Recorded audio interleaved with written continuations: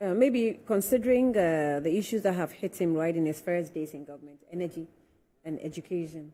Well, it doesn't help when his own minister designates are doing scare and causing fear and panic. Say. But yesterday, John himself admitted, Honorable Minister himself admitted that he misspoke at the Black Star Square. He misspoke? Yes. No, he actually said he's not the news writer. No, but he misspoke. I mean, he threw the journalists under the bus. And that is my beef with journalists in this country. When you are interviewing somebody, ask for further and better particulars and interview the person well.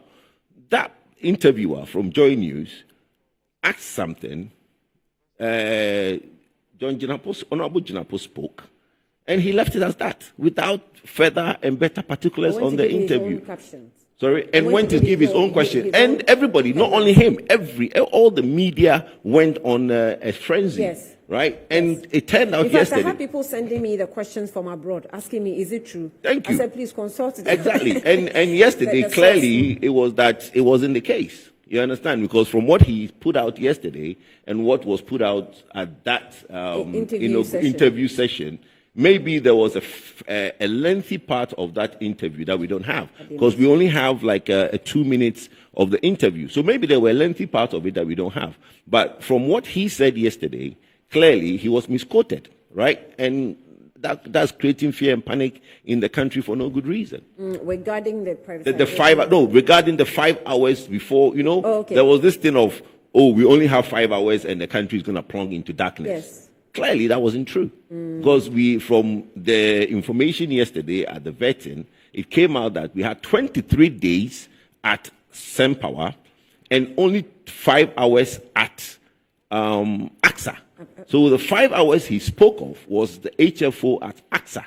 But SemPower had enough light crude oil for 23 days. Yeah. So clearly, I mean, the brouhaha in the media. So then don't blame him. His intention was not to cause or create fear. Well, look, like I said, he threw the journalists under the bus. And for me, I issued a statement, right? And I honestly also blame the journalists. And because I don't want to mention other journalists' name on your platform, but on some TV stations, that about 5 hours after Honorable Jinapor has spoken, there is this gentleman on this TV station saying that there are people have already been calling about their lights going off. Can you imagine? When 2 days, when I heard that, I was a bit surprised because, there is this exercise that is done every 12 hours, which is the gov't team decides whether there's going to be load management or not. And they do their checks with the available fuel, the machines that are available to come up, and they will give you a breakdown if there's going to be any load management. The first thing the team does, if there's going to be some level of deficit in the system, they will zero out export, right? And if there's a need to do more, then we might get some level of load management. I checked with the team, and 2 days after that statement was made, there was no load management across the country. Nothing. Right? We didn't even zero out exports. Are you saying that after every 12 hours there's load management? No. After 12 hours, the team at gov't, the dispatch, the team at dispatch, they do the daily, the day and the off-peak. So peak and off-peak.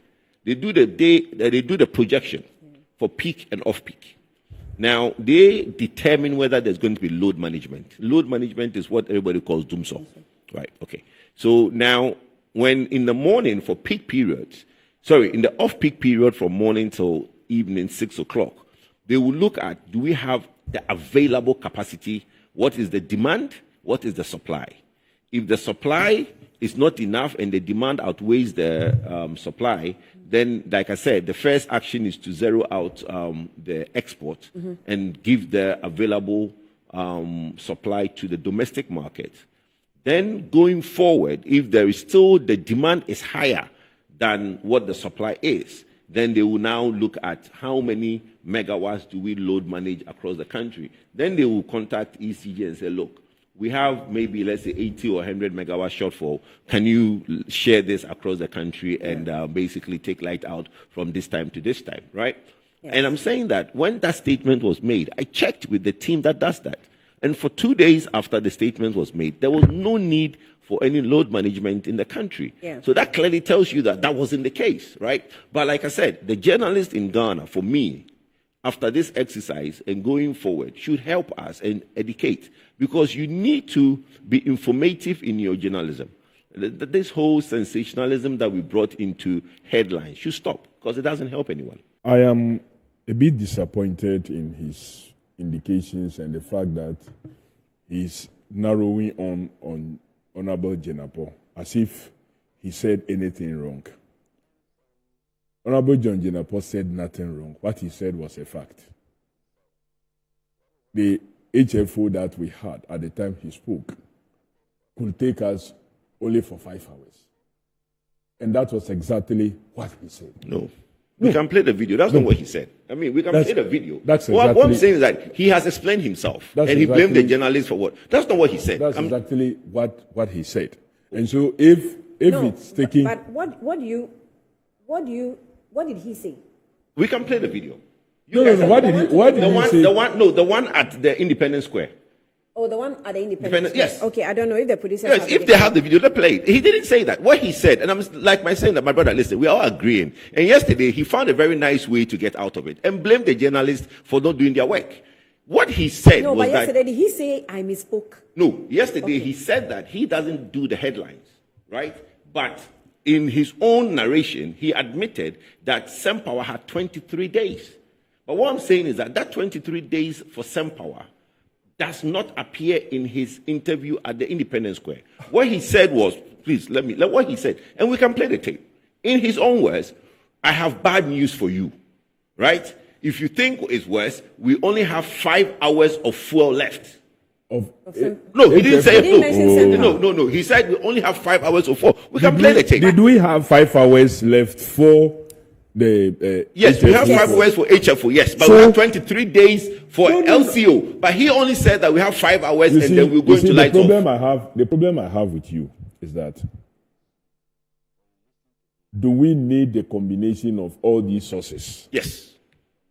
To have enough power? Yes. We needed it. There was an indication that in 5 hours' time, one of them would not be available. And if it's not available and something happens, it means your reserve margins will even be affected. No. Even if your peak, I'm told that the estimated peak for this year is about 4,410. That's a projected, estimated that we could get to that point at peak this year.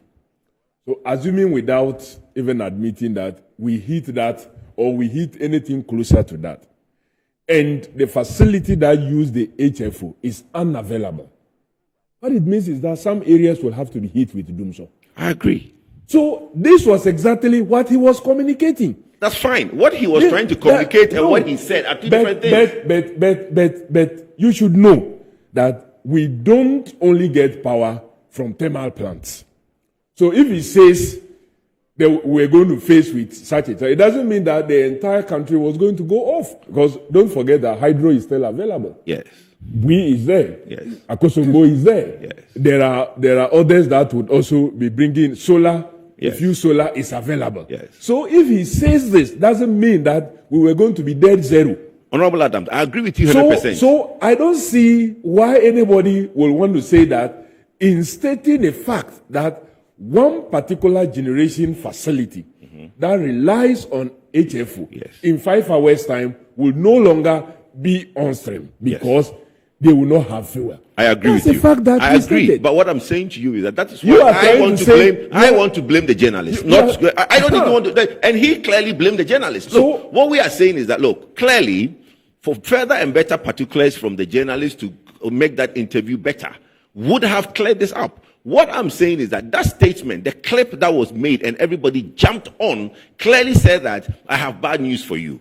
In 5 hours, we only have 5 hours of fuel left. He didn't say whether it's LCO or HFO. He says we only have 5 hours of fuel. You see. And like I'm saying, we can play the tape. Ask your police. I have it on my phone. You see. With the Joy report. Yes. You can send the video to me, but I just wanted to make this intervention. It was at the inauguration. Yes. within, that period, Yeah. all the interviews that we journalists were having were on the spot interviews. That's fine. They were not, Sit-in, studio interviews, you have all the time That to is be able where to. I am saying that is where to explain things. Thank you. So if you, the journalist, try to put your own spin or explanation to it, that is your. That's fine. That is where I, Kujupuku, in all the interviews I've had and the video I put out, I blame the journalist.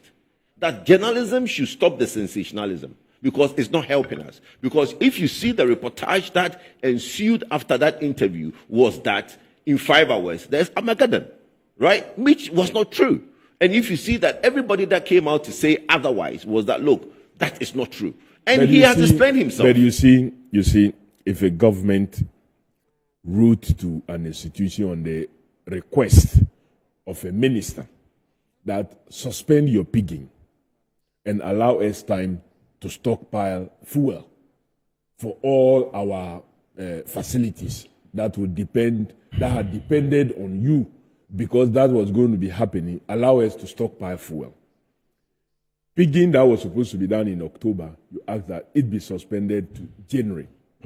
And now January arrives, and we do not have enough stores of fuel for even one critical component that has been available and that should be available. We should be worried about it. No, that's true. I agree. We should be worried No, about I agree that. with you on And- the planning and- that has gone towards the pigging. I agree with you on that. And it is made worse when even that information, according to those who function within that sector during the transition period, that information was not even made available to them. Of course, because the handing over notes were prepared before this indication happened. But it is necessary to share what had also happened in the last quarter of the year with the transition team. Then they pick this letter some way, somehow, and then they ask, and you indicate that, you would make the necessary arrangement, only for them to find out later that indeed that arrangement was not done. We should all be worried about it. We should be worried as a country, because it is not about NDC, MPP, or like somebody put out there. You say you will do it and let's see. When at the time you were writing the letter, you had that time enough to be able to plan, because you know in this industry that something that you should take 3 months to do, if you decide to crash it and do it within a month, you may be paying about 1.5 times, if not 2 times the price. And so, for failing to plan ahead, it could possibly, we are just so lucky that these WAPCO guys maybe ignored all the risk for not maintaining their, pigging their facility the way they should do, with the risk of losing their insurance in case something happened, and still gave us some time. 2 weeks, yeah. If they hadn't done so, and you are so forced to now rely on whether by road transportation of fuel or what, it was going to cost you more. And if it costs you more, it means that generating power, the cost will go high, and the consumers may be called upon either to pay more, and if they are not called upon to pay more, it means government will have to cough the money from somewhere to offset. And if government have to do so, other things will suffer. Because government is not planted any tree somewhere where it will go and be plucking money. It is out of our taxes that we will use to do all the things that we have to do. So, clearly speaking, I think that the various persons, officers responsible for making the necessary arrangement got it all wrong. But we thank God that His Excellency the President tasked the team, and they are moving quickly to deal with the situation.